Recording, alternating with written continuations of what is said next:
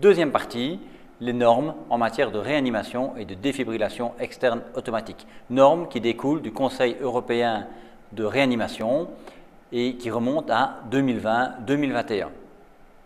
Au terme de cette partie, vous serez capable d'identifier les critères de qualité d'une réanimation cardio-pulmonaire avec défibrillateur, mais vous comprendrez également pourquoi ces critères sont importants et en quoi ils affectent la réanimation et optimalise les chances de survie de l'arrêt cardio-respiratoire.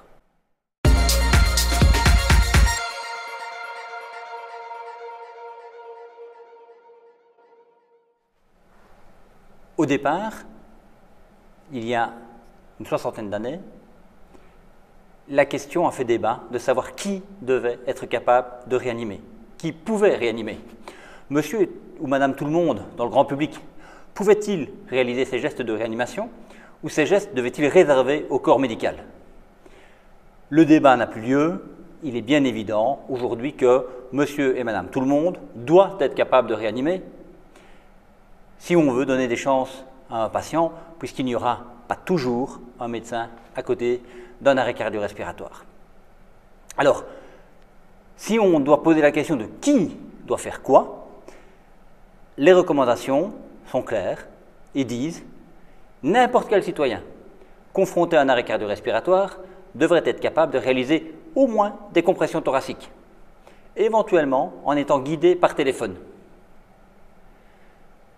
L'idéal est que cette personne ait bénéficié d'une formation et soit capable de réaliser et compression et ventilation.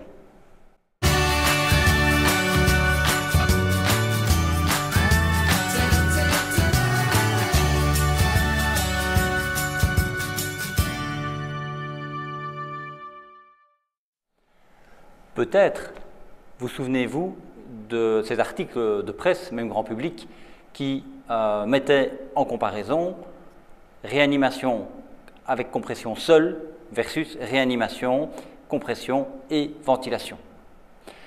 Il y a du pour et du contre dans les deux aspects.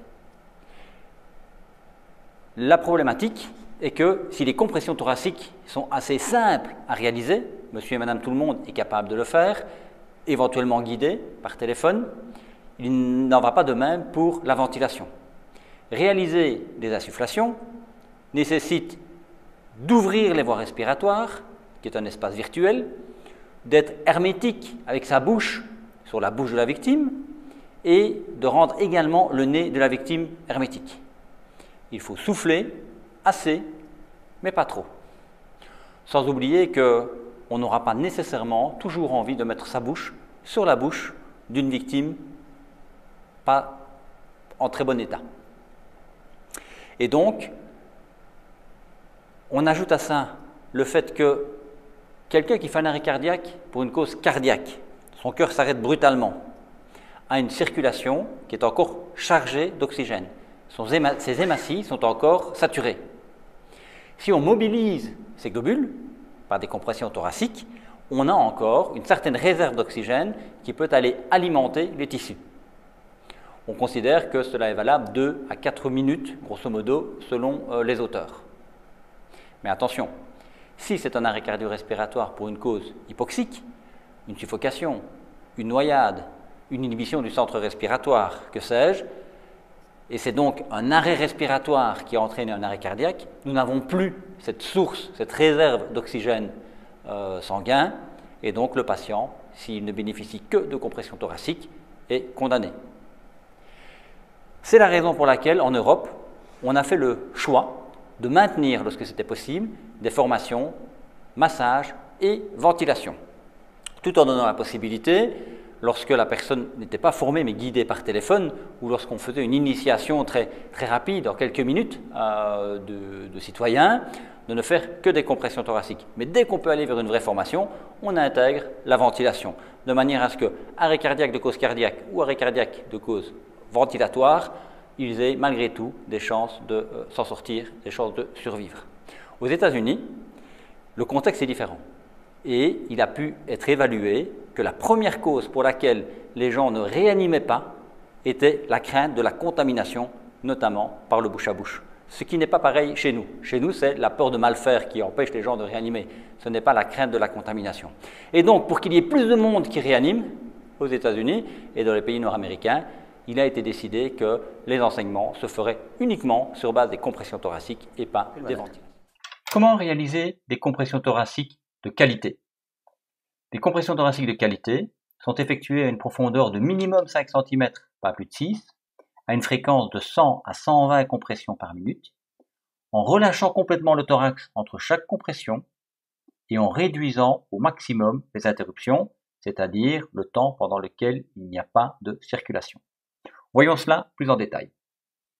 Alors, ici, cette étude de Delson, on parlera plusieurs fois d'elle, démontre l'importance de la compression thoracique par rapport à l'efficacité d'un choc électrique. On voit, pour des compressions qui sont inférieures à 2,5 cm, une efficacité de choc juste après de l'ordre de 50%. Mais on voit que si on dépasse les 5 cm de compression, on atteint une efficacité de 100% pour le choc qui va suivre. Donc, importance d'avoir des compressions de au moins 5 cm. Alors, la profondeur de la compression thoracique et la fréquence sont intimement liées. Plus je vais vite, plus la course de ma compression sera diminuée. Et donc, évidemment, plus on irait vite, mieux ce serait, sauf que ça nuit à la profondeur des compressions. Et donc, c'est ici aux alentours de 110, 120. Au-delà, la profondeur des compressions s'effondre, qu'on aura un meilleur compromis fréquence, profondeur. Autre paramètre qui est de relâcher complètement le thorax. Et ceci est assez fondamental. Alors, sur l'homme, on a plus d'inconnus que de certitudes, mais l'expérimentation sur l'animal, le chien et le cochon, qui sont assez proches de nous, nous donnent quand même des informations assez importantes. Alors, effectuer une compression thoracique permet de vider les cavités cardiaques et les gros troncs vasculaires thoraciques. Ceci permet donc de perfuser l'ensemble de l'organisme et plus particulièrement, ce qui nous intéresse, c'est le cerveau. Par contre, lorsque je relâche ma pression, je crée un gradient entre la systole et la diastole, et vous savez que c'est lors de la diastole que les coronaires peuvent perfuser le muscle cardiaque. Et donc, il est essentiel de relâcher complètement la pression sur le thorax de manière à avoir ce gradient qui va permettre la perfusion du muscle cardiaque en tant que tel. Donc, je comprime pour perfuser le cerveau et je relâche pour perfuser le cœur, les deux organes cibles de la réanimation cardio-pulmonaire. Alors, réduire les interruptions pour les compressions thoraciques semble évident, mais on peut encore le démontrer de manière plus explicite. Donc, le nombre total de compressions thoraciques qui vont être réalisées pendant toute la RCP influence de manière significative la survie du patient. C'est une des certitudes. Le nombre de compressions va dépendre de la fréquence à laquelle je les effectue, le nombre de compressions par minute, multiplié par la fraction de massage cardiaque, c'est-à-dire le temps dans lequel je masse, divisé par toute la durée de la RCP. Alors, pour que ce soit encore un peu plus clair, prenons l'exemple d'une voiture qui fait Liège-Bruxelles. Elle roule à 120 km/h, soucieux de rester dans la limitation de vitesse. Le conducteur réalise un premier arrêt de 10 minutes pour faire le plein. Il redémarre et un peu plus tard se rend compte qu'il aurait dû aussi aller à la toilette et donc est obligé d'effectuer un second arrêt de 10 minutes. Donc 2 arrêts de 10 minutes sur son trajet. Eh bien, au bout de 1 heure, il n'aura effectué que 80 km, alors qu'il aurait pu en avoir effectué 120. Donc ceci est vraiment essentiel pour démontrer que 2 éléments par rapport aux interruptions doivent être pris en compte. c'est de réduire le nombre d'interruptions et de réduire la durée des interruptions qui sont indispensables, lors du choc électrique par exemple. Pour réduire les interruptions, il faut anticiper chacune des pauses avec une bonne organisation des tâches entre les coéquipiers. Ça fait partie de l'entraînement à la réanimation en équipe. Petite démonstration ici par Edelson de l'importance de la qualité des compressions sur la survie.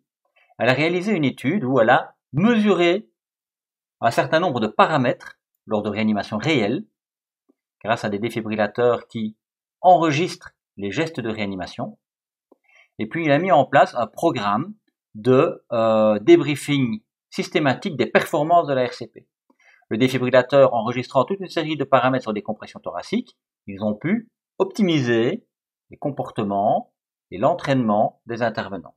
Et ainsi, avant ce protocole et après ce protocole, on passe d'une profondeur de compression moyenne de 44 mm à 50, on passe d'une fréquence de 100 à 105, on passe d'un taux de no-flow time de 20% à 13% seulement, et plus important encore, les pauses pré-choc passent de 16 secondes à 7 secondes et demie, et post-choc de 7 secondes point 1 à 2.4. Donc on a vraiment un effondrement de ces temps de pause.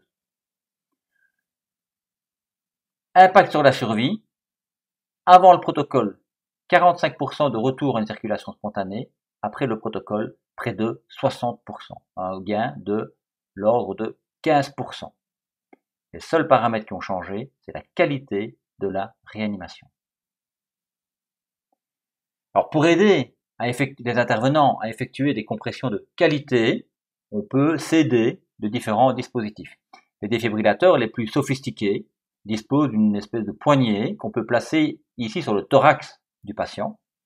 Et grâce à plusieurs dispositifs intégrés, dont un accéléromètre, ce dispositif mesure la fréquence, la profondeur, le relâchement des compressions et peuvent donner des informations en temps réel aux intervenants, ce qui leur permet en temps réel d'améliorer leur compression, notamment lorsqu'ils commencent à fatiguer. Le dispositif peut leur dire c'est plus vite, c'est plus fort. Autre dispositif, vous savez que nos smartphones sont équipés également d'accéléromètres, mais également de plus en plus de montres connectées, et donc il y a des applications que l'on peut télécharger pour nous aider lors d'une réanimation. Pour les smartphones, l'ergonomie est un peu discutable, mais pour les montres connectées, pourquoi pas. Et il existe également des dispositifs comme ceci qu'on place sur le thorax et qui donnent aussi un métronome notamment qui permet de garder une fréquence constante. Au-delà de cette compression un peu artisanale, manuelle par l'humain, il y a, comme dans la vidéo, des dispositifs de compression pneumatique ou électrique qui présentent plusieurs avantages et on peut facilement identifier au moins 3. Le premier, c'est quel que soit le dispositif, ça offre des compressions de qualité constante. La machine ne fatigue pas, elle garde toujours la bonne profondeur, la bonne fréquence. D'autre part, ça libère les mains d'un intervenant. Et lors d'une réanimation, si on a un aidant en plus pour la réanimation médicalisée, l'administration de drogue, etc., c'est un bonus évidemment. Et troisièmement, puisqu'il n'y a pas de problème de sécurité, on peut réaliser la défibrillation pendant les compressions même. Et donc là, il n'y a plus de pause pré- et post-choc, si ce n'est pendant l'analyse de l'activité cardiaque. Alors, puisqu'on parle de défibrillation, un autre paramètre ici qu'on a déjà évoqué, qui est l'efficacité du choc par rapport à la durée de la pause avant ce choc. Ici, on a une pause de l'ordre de 30 secondes. Ça semble long, mais à une époque où la grosse absolue priorité était la sécurité, on y était assez facilement. Efficacité du choc qui suivait, 38%. En réduisant la pause avant le choc à moins de 10 secondes, on a une efficacité du choc de l'ordre de 94%. Et donc, attention, défibrillation et compression thoracique risquent d'entraîner des pauses à considérer. L'idéal serait de masser pendant que le condensateur du défibrillateur charge et d'administrer le choc dans la foulée, 5 secondes. Mais pour le moment, avec les DEA, ce n'est pas possible, car on perturbe l'analyse continue par le DEA et il se met en sécurité. Par contre, avec des défibrillateurs manuels, c'est réalisable. Donc on espère que l'industrie va suivre ces recommandations et proposer des défibrillateurs qui seront capables de permettre le massage entre la décision de choquer et l'administration du choc. Sinon, en attendant, pensez à réaliser des compressions thoraciques en attendant que le DEA arrive, c'est une évidence, mais également pendant l'application des électrodes, on masse et à celui qui place les électrodes de se débrouiller pour arriver à les placer pendant que le coéquipier réalise ses compressions thoraciques. Et donc la défibrillation externe automatisée est un programme important citoyenneté. Des DEA dans les lieux publics, c'est important parce qu'il y a concentration de personnes et donc, qui dit concentration de personnes dit concentration de risques, d'autant plus à certains endroits stratégiques comme les gares, les aéroports où les gens sont un peu pressés, un peu stressés. Mais il ne faut pas oublier que la majorité des arrêts cardio-respiratoires ont lieu à domicile et donc dans des lieux résidentiels. Avoir des défibrillateurs à proximité sur la place ou dans le quartier est également important et on en voit de plus en plus qui sont disponibles à rue. On en a parlé dans la chaîne de survie, dans la première partie, mais si on arrive à optimiser la chaîne de survie, les chances de survie après un arrêt cardiaque se démultiplient. Une étude importante, qui remonte à déjà quelques années, mais réalisée dans les casinos de Las Vegas, où chacun des maillons est optimisé, permet d'aboutir à des taux de survie de l'ordre de 75%. Optimisé parce qu'il y a des caméras de surveillance qui détectent la personne qui s'effondre, que le personnel de sécurité est équipé de moyens de communication, radio, etc., et ils sont formés et équipés de défibrillateurs. Tout ceci permet donc d'avoir un maximum de chances de survie. Si vous devez faire un arrêt cardiaque inopiné quelque part, un petit conseil, allez à Las Vegas. En synthèse pour cette partie, n'importe quelle réanimation est mieux que pas de réanimation, c'est certain. Mais avec des compressions de qualité, c'est mieux. 100 à 120 de fréquence, 5 à 6 cm de profondeur avec un relâchement complet. L'idéal est de réaliser compression, insufflation. Appliquez un DEA dès qu'il est disponible, mais attention, effectuez le moins de pauses possible et le moins longtemps possible. Je vous remercie.